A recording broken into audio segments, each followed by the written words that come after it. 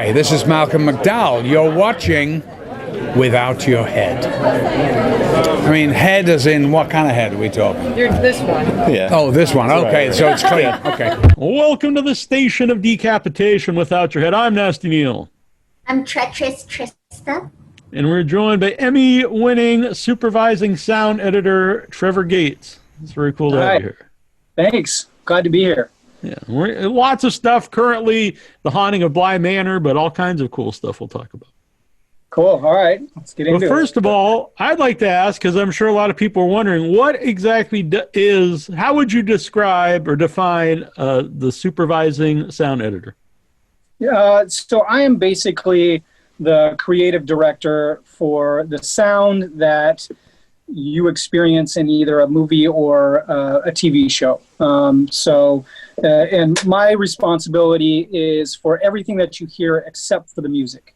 So all the voices, all the background sounds, all the sound effects, things that are subjective, things that sound real, footsteps, glasses clinking, anything that you hear, I'm responsible for. I have a team of people that I work with that are designated different categories of or layers of sound, and it's my job to interface with the filmmaker and help realize their dream or their vision through the sonic experience of the film or TV show. I think that's something that's really overlooked in movies because I think if it's done well, you don't, in a lot of ways, you don't notice it. Right. And if it's done bad, you can notice it. Yeah. It's all guts, no glory, usually, it is a huge part of the experience of movies and TV. And I think most of the sound community, are men and women who love to do art, and they, want to be able to express themselves, interface with good people. But it's kind of usually in the background a little bit, and usually we're all right with that. So. Yeah, I was going to ask, do you feel that it's underappreciated?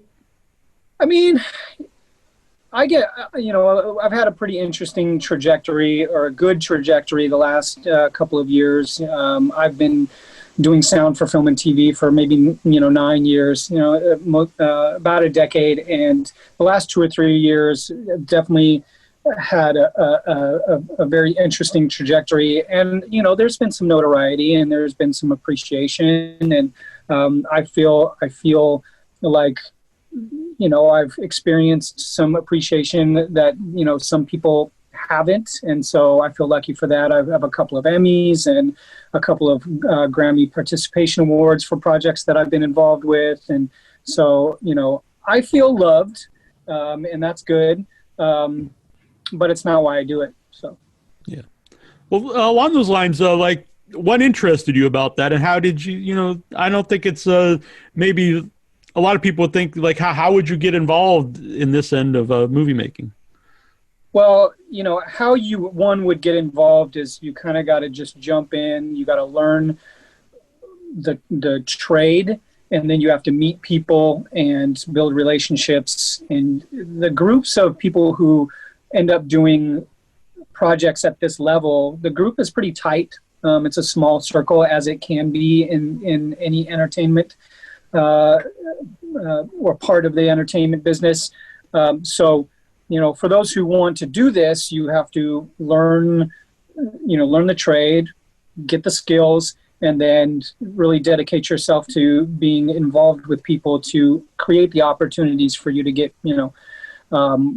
where you want to go. And for me, I wanted to be a music producer. I moved to Los Angeles in 2007. And after a 10-year retail career after high school, and simultaneously making music in my living room or my bedroom, my 10-year retail career, I was basically a sales manager for a computer retailer. I was like, this is great. This has taught me a lot of things about, managing people and learning processes. And, that company went out of business, and I took it as an opportunity to follow a dream. And so I said, let's just do this for real, and let's move to LA. Let's go back to school. I went to the Art Institute of Los Angeles in Santa Monica. I got a bachelor degree in audio production, which taught me all facets of sound, from location sound to studio recording, post-production sound, acoustic design. And so I got a degree. I worked as an engineer for an R&B producer for a couple of years, and I was feeling a little frustrated about kind of where my trajectory was and kind of how lucrative the music business wasn't at the time, or still is, or whatever. And I wanted to be creative, and I wanted to be a thriving artist and not a starving artist, as we all do. And while I was thinking these things, somebody called me, a career advisor that I had at the Art Institute, and said, "Hey, Trevor, I know you're doing your thing, but I have this opportunity at this small post-production facility in Culver City, and they are looking for hungry new talent. What do you think?" And I said, "Let's do it. Let me try it out." And so that was the moment where I pivoted, and I started digging into the post-production sound world. And it turned out it fed my creative soul just as much as music. And so I haven't looked back, since that point. And, it's been building since that day. Trista, you have a question? So you have this background in music. I'm wondering who some of your favorite musical artists are. Oh yeah, well have always been a hip hop kid, and the group that I've followed since I was 15 years old is Outkast, and Outkast and all of the Dungeon Family music has been a huge part of my life. I can say things controversial, like I liked Drake, for a period of time. I was a big R&B guy, so I liked this. I listened to Genuine a lot during the 2000s. I was a really big fan of Timbaland and his production, and it's changed a little bit in the recent years, but that's kind of my short answer for who has influenced me. Definitely the hip hop world has been a big piece of my life. Yeah. Do you have music out there that people could listen to? Nothing.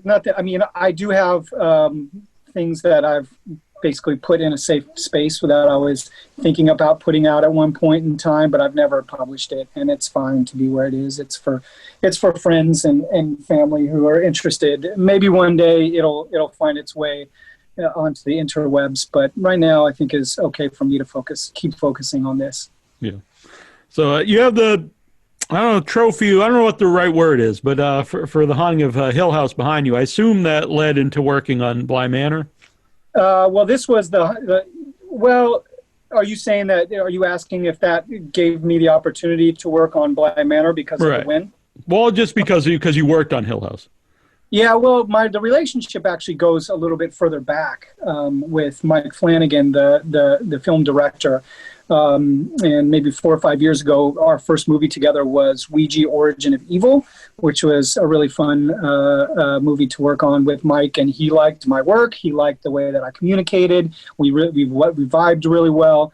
And so he asked me back for his next movie, which was Gerald's Game, which was a Netflix adaptation. That's a really good movie.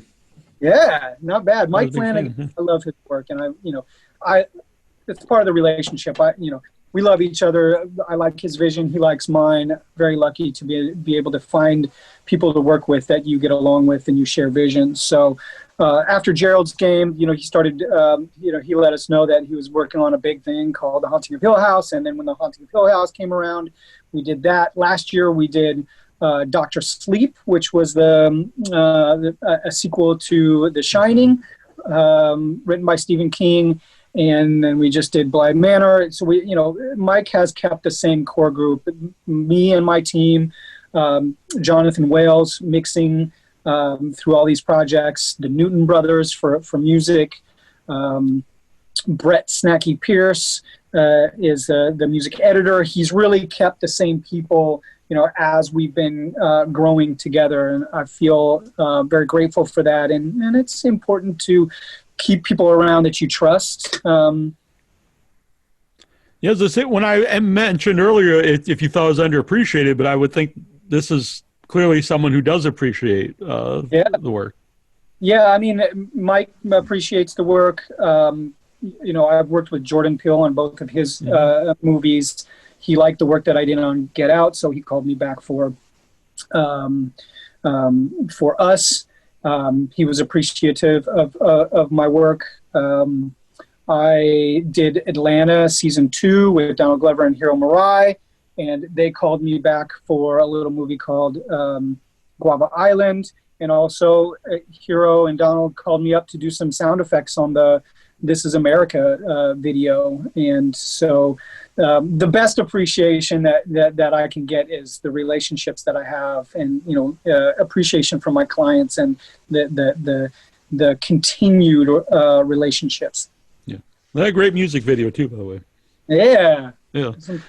When you work with people like Mike Flanagan, I guess it depends on the person, but are they hands-on, like what they want you to do sound-wise, or do they, let you figure it out for yourself? Yeah. Yeah, everybody has a different way to communicate what they want. Some filmmakers are, micromanagers, and some are not. And I've done so much with Mike Flanagan that he kind of just puts something in front of me and just lets me try things out. And he trusts me that if it's not right, then I can fix it when the time comes. Jordan Peele often communicates in feelings. So like in the beginning of Us, he's like, I want to feel through the boardwalk scene where the little girl was walking through the Santa Cruz boardwalk down into the Vision Quest. He says, I want you to have the feeling of dread, but I don't want to know why. He didn't say, I want these sounds here and these sounds here and these sounds. He wants the feeling. In Get Out, I asked him, how did he want, what's the sound of the sunken place when Chris falls into the abyss of his mind? And he said, well, the feeling that you have when you lay back into a full bathtub, and the claustrophobia and the panic that you might have, that's what I want to feel. So that's how he communicates. And so, part of my job is through the relationships, kind of interpreting what the vision is through the individuality of the filmmaker. Interesting. On Us specifically, since there's like two different worlds in the movie, one's like, more reality and one's more fantastical, but at the same time, there's like a duality between the two. So do you have to have like a similarity in the sounds between the two, even though you want them different? Yeah. Well, Jordan and I actually talked a lot about duality during Us. And so we did some overt sound duality functions or concepts. And then we did some covert sound concept of duality in the movie. And I'll just give you a couple of examples. One of the more prominent that I think is prominent, but maybe isn't so prominent, there is a duality between the underpass and the boardwalk.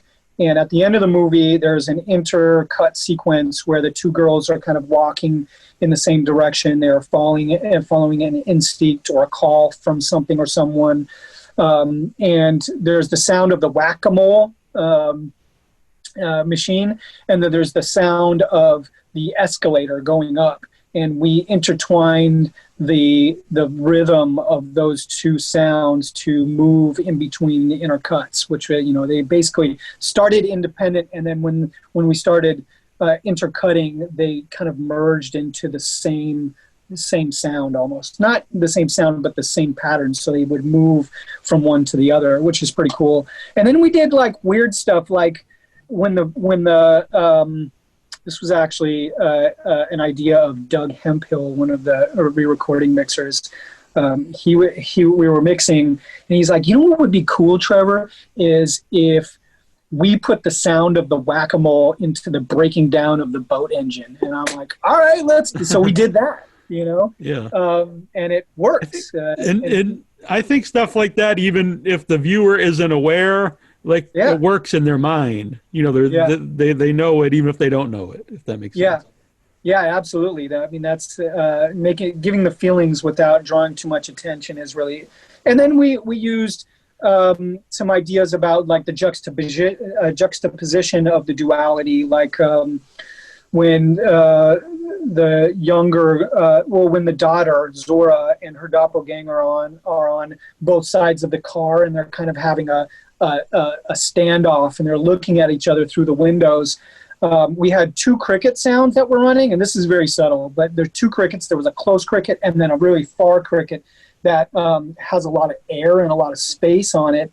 And when the doppelganger drops down and you don't see her anymore, we took away the far cricket, but not the close cricket. The close cricket was still there, but the far cricket dropped out, and so the air of the space just went really narrow. It was like, it kind of like sucked all the air out of the. So the interesting juxtapositions there within the duality.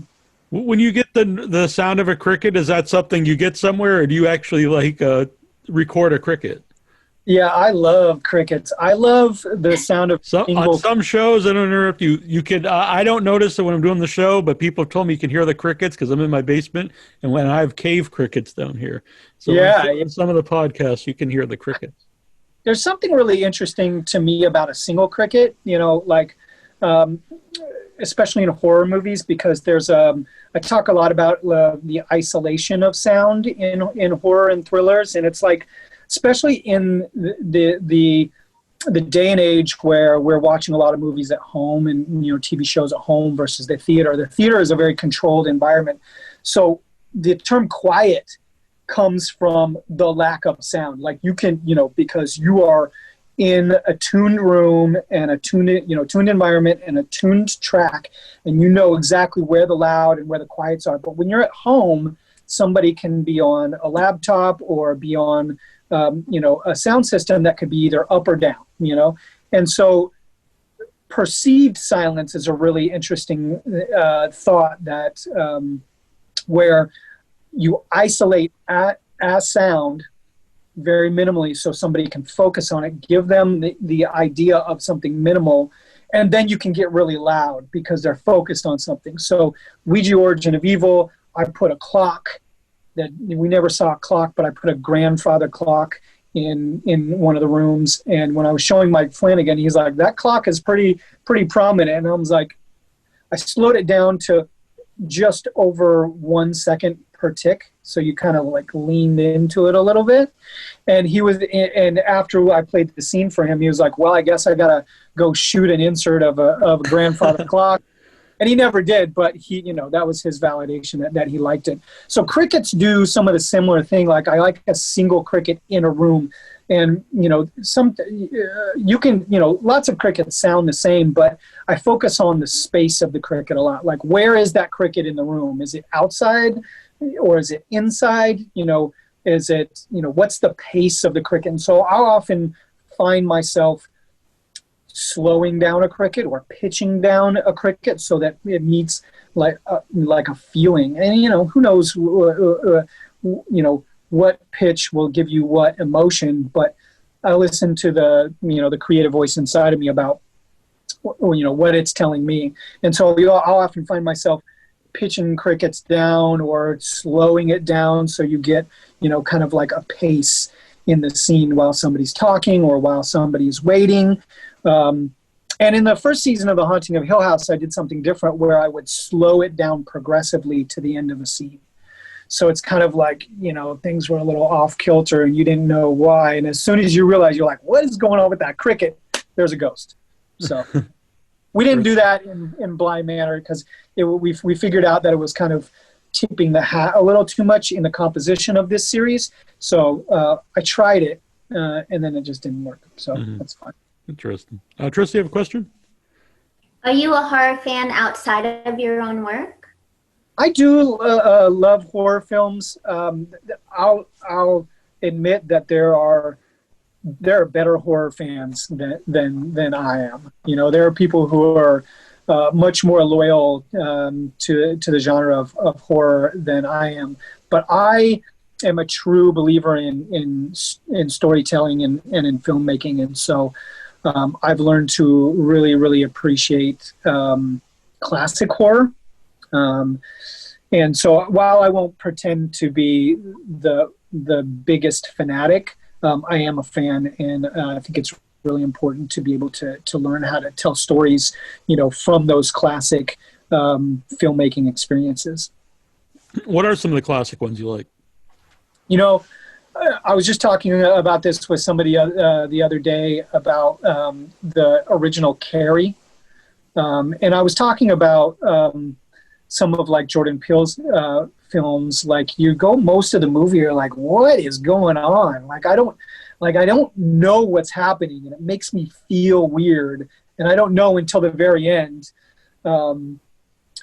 And Carrie was one of the first ones that I really appreciate, that feeling of dread. I didn't care so much for the remake. I'm sorry if I'm offending somebody, because I agree with you, but yeah, I think that they didn't embrace that mystery. I think they tried to explain things too early, and it didn't work for me. So even in the trailer, I think the trailer tells the whole story in 2 minutes. Yeah. Don't explain it, but don't show me how to feel. I mean, don't tell me how to feel. Show me how to feel. That's cinematic experience. And so, like Rosemary's Baby is, you know, also an important one. I love weird like Killer Clowns from Outer Space. You know, I'm a fan as well. That's a fun one. You know, I like weird stuff like that. American Werewolf in London is really important. That was really big for like special effects. That was one of the first times that it was a milestone or a mogul for special effects. I get really freaked out with possession stuff. I don't know why, but that stuff really, you know, freaked me out growing up. So like The Exorcist, and it's, you know, that stuff is hard for me to watch. I do like, you know, so some of the, you know, I don't know if I'm going to be making somebody upset now, but one of my favorite recent ones is Constantine. You know, whether you think that's a horror film or not, you know, I just like it for various reasons. You know, Hereditary and Midsummer really messed me up. Hereditary more than Midsummer. I really thought that Midsummer was a fantastic art piece.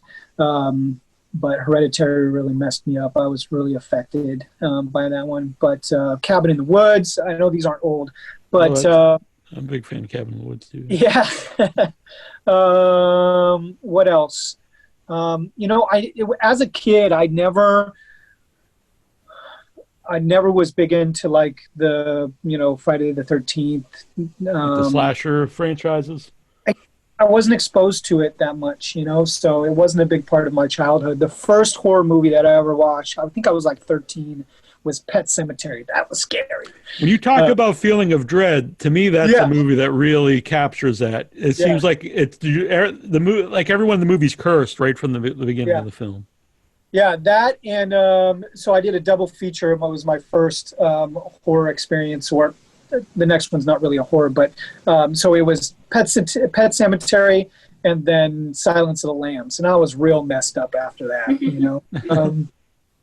And then did you ever watch Jacob's Ladder? Yeah, that's a great one. Mm-hmm. I was messed up too. That one is in that category. So, anyways, that's you know, some of my thoughts. That's cool. Silence of the Lambs, I always remember for this reason, is my mom wrote me a note that I could see it, because I went to see it with my friends who were all underage, but they didn't care. Yeah. I don't know. I don't think that anybody knew that I was watching those, but yeah, I have to say they know now. Yeah, they do exactly. Now your parents will get revenge on you. Yeah. Well, my mom said to me, she was like, "What? Can you work on something that I can actually watch?" And last year I did the Peanut Butter Falcon. I was like, here you go, Mom. Oh, that's an awesome movie. I actually didn't know you worked on that. Yeah. I'm also a big wrestling fan, so I was happy to Jake the Snake and Mick Foley in that. Yeah. Good times. I have to say, Us was one of my favorite movie experiences in the theater of the last a modern time. I went to see it on opening night, and it was sold out in Boston, and I remember as soon as you first see the kid who's kind of like walking all fours, and I remember someone in the crowd went, "Hell no!" and everyone just started. It was a really fun experience. That's I love to hear that. I did something bold when did you watch it in Dolby Atmos or did you just watch it in a 5.1? I'm not sure. I'm not positive what the sound. That's is. all right. Yeah. That's all right. The 5 point. I mean, the Dolby Atmos is a really beautiful mix. Ron Bartlett and Doug Hemphill, both amazing mixers, did a fantastic job. I feel very lucky to be able to work with those guys. They've done many films that you've watched and you've loved. So I did something in that invasion moment when the Red family comes in, and I did something aggressive with the banging on the door. And I probably was louder and more aggressive than people would have liked me to be just in any other experience. But every time those bangs happened on the door when we were doing the playbacks in the final mixes, a new producer would exclaim. They would have some profanity, like I don't want to repeat it, but every time they would swear. And I was like, that's good. We've done our job. So it's fun to see those reactions to the work that you've done. I think that is also appreciation. Yeah. I don't want to take any magic away from the movie, but are there any hints, sound wise, throughout the movie of who Lupita's character really is, or which family she is? No. I mean, most of the way that Lupita's voice was mostly just her performance. We tried a bunch of things to really. We tried to accentuate the idea of a broken larynx from her being choked earlier. And we did some really cool and weird things. We bought a ballistic gel head and cut it open, which we probably need therapy from, but we cut it open and put a speaker inside of it to reamp her dialogue to see if we could get something weird and cool. And it didn't work out. So most of the what you experience about Lupita, and her doppelganger is really from her performance and, the filmmaking, the editing. So this might be more of a question for the director. I don't know, but when you work on a series, do you approach it as each one's an individual episode, or is it a 10-hour story arc? Depends on what episode or what series. I mean, it's if you're working on a Mike Flanagan thing like A Haunting of Hill House or A Haunting of Bly Manor, that's 10 movies. There's progression, there's consistency, there's ideas and concepts that start one place and then move to another place. And then you have things like Atlanta season 2. Which are little vignettes. Everything is very different. All the design is, very unique from episode to episode, and so you have to kind of reinvent what the experience is, sonically from episode to episode. So it really depends. And I think that one of the important things about figuring out what that progression is, whether it's a progression of 10 movies or a progression of individual vignettes, is having trust in the team that you work with, both the filmmakers and the people that you work with on the sound side and the music side, because you kind of got to figure all that stuff out together. I know that in The Haunting of Bly Manor, we mixed that thing during the pandemic. I was basically in this room that I have, for 8 weeks or 9 weeks or whatever it was, connecting through the interwebs, mixing remotely. And we had to figure some things out together, and we did that kind of through the process of, so working together is important, I guess, is being trusting and being open to each other's views. Yeah, when you said earlier about, that you work on all the sound except for like the score, I assume you'd have to work with the person that's doing the score, so the sound, doesn't contrast with each other. Yeah, I mean, and that's exactly the point. Is it's like, you have a relationship with the other components of this filmmaking team, and if you have an ego about what you've built, then you're going to lose. The art is going to suffer if you hold on to your ego. What you need to do is be confident in ideas, but also know when to kind of relinquish control or be open to somebody else's ideas, and working closely with the composer, working closely with the music editor. And I do that every time. I have a close relationship with the music editors on my projects, especially with Mike Flanagan's project. And we work in tandem. It's like, hey, I think this needs to be this here and this needs to be that there, and maybe we should pull the sound effects down and go with music, or maybe we should really lean in on music, not having the ego, but really thinking about what Mike Flanagan's vision is and working together without that ego. It is very important, because otherwise you're not gonna be able to realize the vision if you're just having too much of an ego about what you've built. Mm-hmm. We all build cool stuff, but you gotta make it work for the story. Right. Trista, you have another question? I know other sound people who also have a music background, so I'm wondering how integral a music background is in this sort of profession.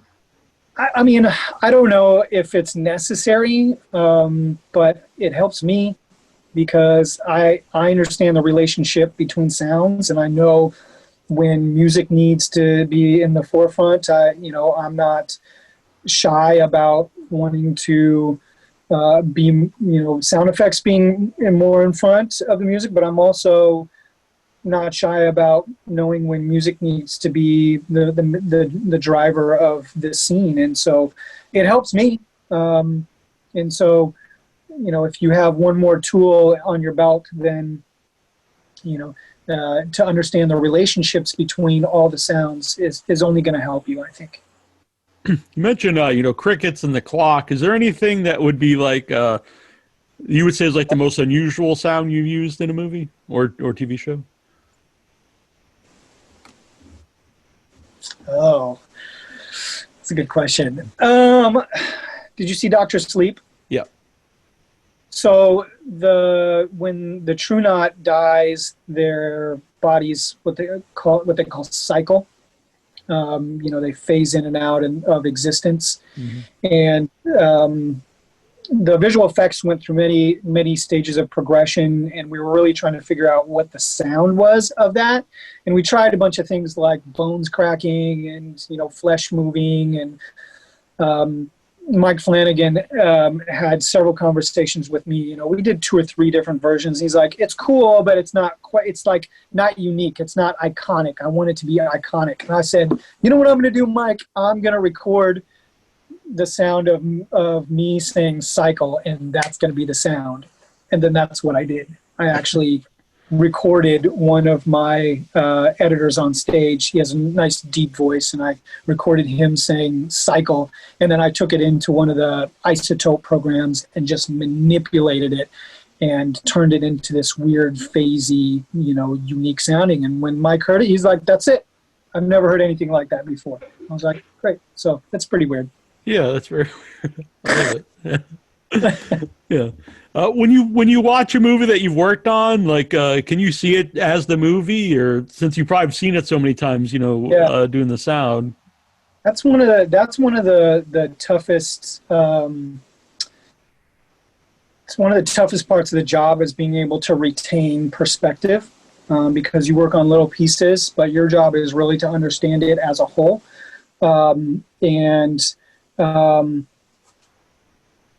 So there are exercises to be had to learn that. I mean, it is a skill in itself, and a lot of time is just like understanding when you need to walk away from something and then come back. So it's like you work on something all day today, and you're like, all right, I've been watching and listening to this all day. I can't tell anymore. I'm going to go to sleep, and then I'm going to listen to it in the morning. We actually think about this in the final mix process of like, watching a whole movie fresh and understanding, the progression throughout it. And so it's also about trusting in your teammates as well for their input, because this is a struggle that a lot of filmmakers, sound people, editors, directors, producers, they battle with this. This is a real thing. So there are exercises to do, and there are also, there's trust to be had in your teammates. When you worked on Dr. Sleep, since it's both the sequel to an iconic film and also, the film version of a book. So, did you go back and watch The Shining and incorporate anything from The Shining, especially for like the overlook scenes, I guess?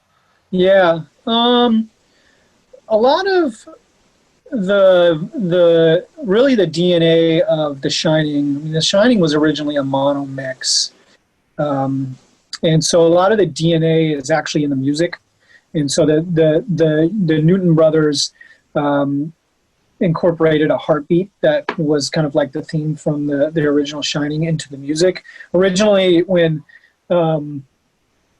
we started talking about doing Dr. Sleep, I was like, oh, I get to build this cool heartbeat. It's every sound person's dream to actually put a heartbeat. I don't know, it could be cliche, but like building something cool that has some iconic DNA. And so the music department got that, and I was like, well, all right, well, let me just focus on some other things. One of the coolest sounds in The Shining is that whole trike scene, when the trike is moving through the overlook, and it's like the transition between the rug and the hardwood floors. It's aggressive, and it's an iconic sound. And so in the beginning of Dr. Sleep, that's a part of it. And so we recorded, one of my editors has a 4-year-old, so he's got a trike. And so we did some, special recordings for that. And then we did something really weird and cool where in the later part of the film, spoiler alert, when they go to a gun shootout, there's a moment where the first Danny's car goes from gravel onto it's a concrete slab over to this like campground area, and then a camper from the True Knot does the same thing. We actually mixed the trike sound into that moment, going over the slab, so that's pretty cool. Other than that, there's a lot of new sounds, like the whole waking up the overlook sequence was one of my favorite things about the movie, just to build. And it was very simple. It's some low groans and some light buzzing, but in a very articulate way. And that's something that's new. It wasn't, something that we had to build that didn't exist in the first one. We also had to kind of figure out what the Shining voice, the Shine voice feels like. And it was very simple back in the original, just some reverb. And so we wanted to feel like it was traveling, around you and come, the thoughts coming into the brain. And one of the pieces, and this really didn't have much to do with me, but in the mix of the Gold Room, which is a very iconic moment from the Shining film, which was not necessarily reproduced, but duplicated or made its own thing, but in Dr. Sleep. And the space in the room, the reverb of the room was so prominent in the first, in The Shining, and so we kind of built that same vibe in the mix of that moment when Danny is talking to Lloyd. Interesting. Trista, you have another question? Is there anything that you're working on now or next that you're able to talk about? Well, I can tell you what I'm working on. I can't talk about it. I am working on a trilogy of movies that are going to be coming out Netflix distribution. The trilogy of movies is based on the books, a book series from R.L. Stine. R.L. Stine wrote Goosebumps, but he also wrote a series of books for an older crowd called Fear Street. And these movies are... you're familiar with that? No, I'm not familiar with that. Oh. So it's interesting, yeah. They're fun. The movies are really fun. They're directed by Lee Jeniak, and we're working on it right now, and you'll get it, when we're finished. That's all I can say. Yeah. But be on the lookout for it. They're very fun. Yeah, that's very cool. Do you have anything planned for Halloween? Carving pumpkins in quarantine. I don't know.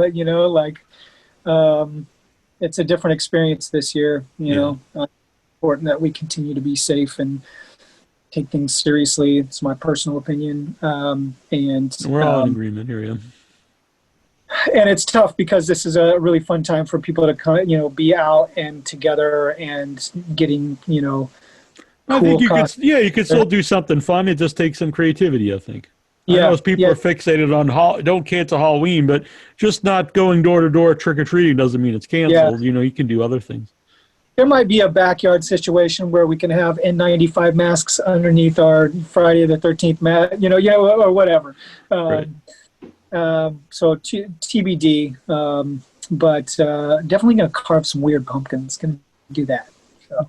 Very good. Yeah, I need to carve mine. My brother bought me a pumpkin this week, so I have to carve it. Yeah. Well, good luck on that. That sounds like fun. Yeah. Good luck on yours as well. Thanks. So, Bly Manor's on Netflix right now. Yeah. People can check it out. Yeah. And all the other stuff you mentioned, besides the one that's not out yet, you can get on various Amazon. Some of it's probably on Netflix, all the streaming sites. By the way, how does that affect your work with the rise of the streaming websites? Well, I think that filmmakers are potentially putting more stock into streaming, as opposed to theatrical release. This Fear Street series originally was going to be a theatrical, and they renegotiated, and I think it's a positive thing. It's kept us working. Mm-hmm. There's an evolution in how people are consuming TV, movies specifically, and I think that we just kind of need to listen to the ground, listen to the evolution and not fight it, because we know what happens when you fight evolution. So, right, you don't want to be a blockbuster or something, right? Right. Yeah. Yeah. The music industry fought it. Yeah. And I love watching stuff online. I do miss the theater, but right now, it's not really happening. But hopefully, at some time in the future, we can also have the theater back. Yeah. Right. Yeah, maybe there's a new type of theater experience that's going to come out. I know there are companies that are starting to rent out theaters to small groups, and I think that's a pretty cool idea. I would do that. Yeah, I saw that because I live in Massachusetts, but I saw some of them doing in Boston. It wasn't very much to rent the whole theater out. Yeah. I don't know what you do, but yeah, and then there's the drive-ins too. There's the drive-ins. Yeah. Brings you back to being a kid. Huh. Yeah, that's great. I've talked a lot about getting out to some, but I haven't yet. Yeah, I haven't either. I know Trista's done a couple. Fun. Yeah, I love the drive-in. Yeah, it is. It's its own experience, indeed. So. Mm-hmm. Very cool. Well, it's been really fun to talk with you. Yeah, appreciate the opportunity. It's always fun to talk about the stuff that we are passionate about. So I was just say, you could really tell when you get into it that you're very passionate about your work, which is good to see. Yeah. That is also that is a compliment. So thank you. Oh, of course, yeah. Oh, by the way, where can people follow you if you'd like them to? I'm on Instagram at it's T Gates. That's probably the best. And I think Twitter, which I'm not on so much, but I do look at it at it's Trevor Sound. So maybe it should be the same thing. I don't know, but it's not. Work on it. I don't know. Yeah. Yeah. Yeah. And last question. I was wondering, Yeah. This may be a stupid question. I don't know, but like in life or nature, if you hear like something, do you ever like jot it down? Like, hey, that's an interesting sound. I want to remember that for the future. Yeah, I was in the desert last weekend taking a hike in this desert oasis and found myself at a little waterfall, and there were these great leaves, and so I like took out my phone and recorded it. It probably wasn't Really? a proper, recording device, but I got it anyways. And sometimes, man, I should have brought my recorder. I always say I should have, would have, could have. So. That's very cool, though. Glad I asked then. All right. I'm always listening, though. Yeah. I love it. All right. Very good. That's been great. Cool. Thank you. Thank you very much. It's good to talk to you. Stay. Yeah. I will. You too. Yeah. Thank you. Bye. Bye. Hey. Evening. John Dugan. Your old grandpa from Texas Chainsaw Massacre here. I want to talk to you about something. Or fall off the porch. I'm an old guy. I have voted in every election in the last 48 years. So it's just like, 12 presidential elections. And my first one was very important. It was Nixon against McGovern. And, of course, Nixon won. And he won again. And then he was shamed and run out of office and whatnot. And it was a very important election. And then when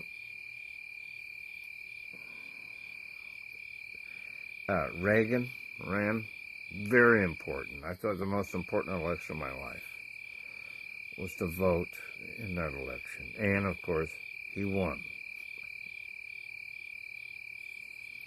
Yeah, and he, God knows how many people were indicted in his administration.